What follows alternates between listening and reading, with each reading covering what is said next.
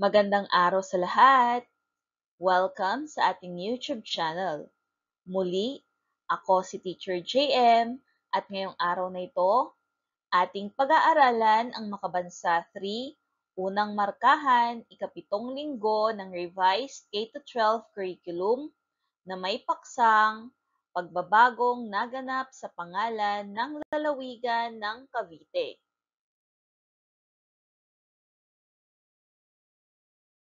Para sa ating layunin, sa araling ito, ang mga mag-aaral ay inaasahang naiisa-isa ang mga pagbabagong naganap sa pangalan ng lalawigan ng Cavite.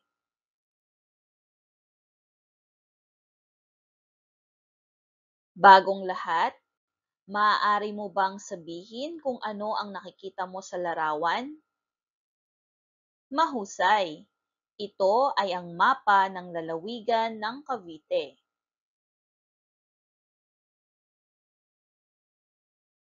Bilang paglalahad ng aralin, tatalakayin natin ngayon ang tungkol sa pagbabagong naganap sa pangalan ng lalawigan ng Cavite.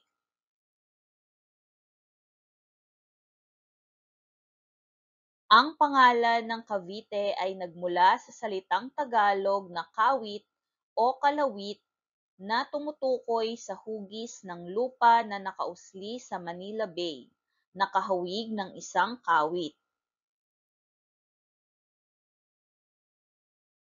Pinagmulan at pagkabuo bilang lalawigan.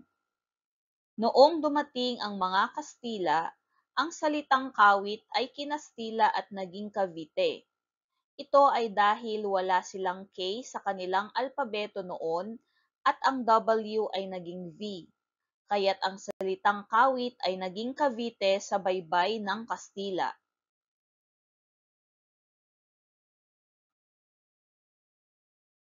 La Provincia de Cavite. Noong panahon ng Kastila, ito ang opisyal na tawag sa lalawigan ng Cavite. Ito ay naitatag noong 1614 na humiwalay sa dating Probinsya de Tondo na naging probinsya ng Maynila. Ito ang simula ng Cavite bilang isang hiwalay na unit pampangasiwaan.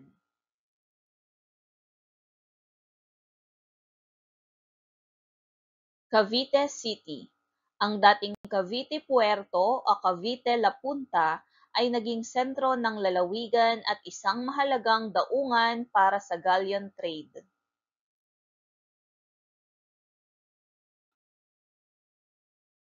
Ang galleon trade ay pakikipagkalakalan sa pagitan ng Pilipinas at Mexico gamit ang malalaking barko na tinatawag na galyon.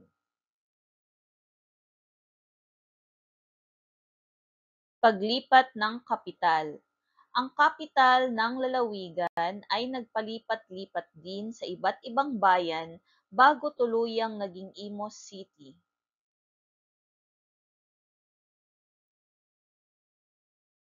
Noong 1954, ang Trece Martires ay naging bagong kapital ng Cavite bilang paggunita sa 13 martir ng Cavite. Gayunpaman, sa kalaunan ay ibinalik sa Imus ang kapital ng Cavite.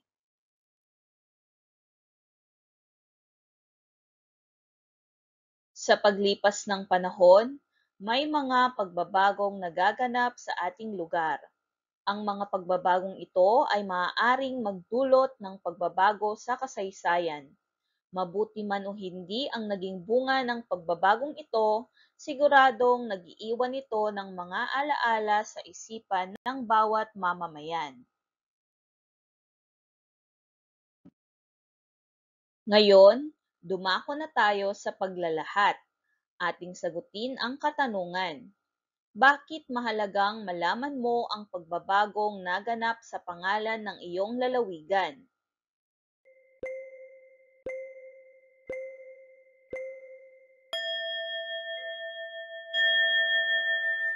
Mahusay! Mahalagang malaman mo ang pagbabagong naganap sa pangalan ng iyong lalawigan dahil sa paglipas ng panahon, Ito ang nagbibigay ng mas malalim na pangunawa sa kasaysayan at kultura na dapat mong malaman bilang kasapi ng iyong kinabibilangang pamayanan.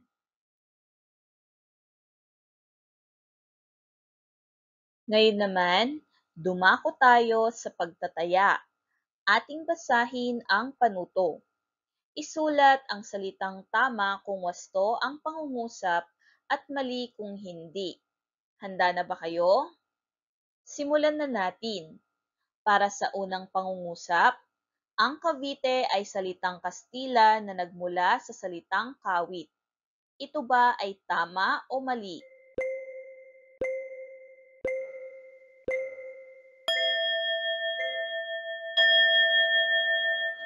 Mahusay! Ang tamang sagot ay tama. Para naman sa ikalawang pangungusap, ang hugis ng Cavite ay parang barko na siyang pinagmulan ng pangalan nito. Ito ba ay tama o mali?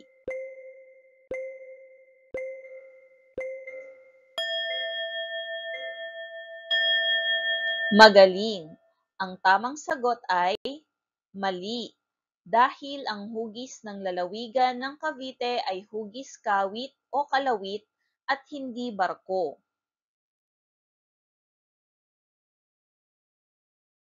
Para sa ikatlong pangungusap, ang Cavite ang naging mahalagang daungan para sa galleon trade.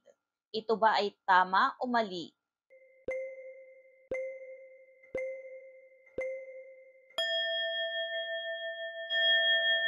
Mahusay!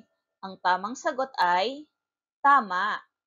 Para sa ikaapat na pangungusap, ang La Provincia de Cavite ang opisyal na tawag ng mga Kastila sa lalawigan ng Cavite. Ito ba ay tama o mali?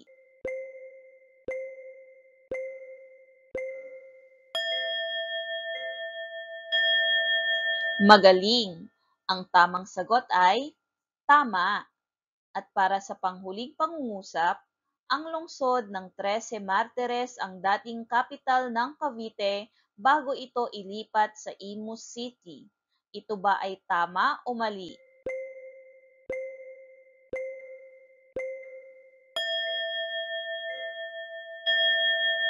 Magaling! Ang tamang sagot ay tama.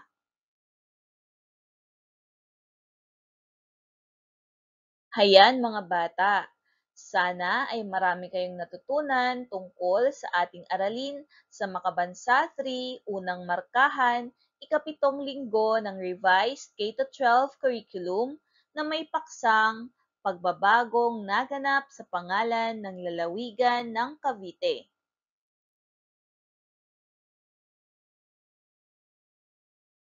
Maraming salamat sa panonood. Muli, ako si Teacher JM at huwag kalimutang mag-subscribe sa ating YouTube channel. Mag-like, comment at share na rin. Hanggang sa muli!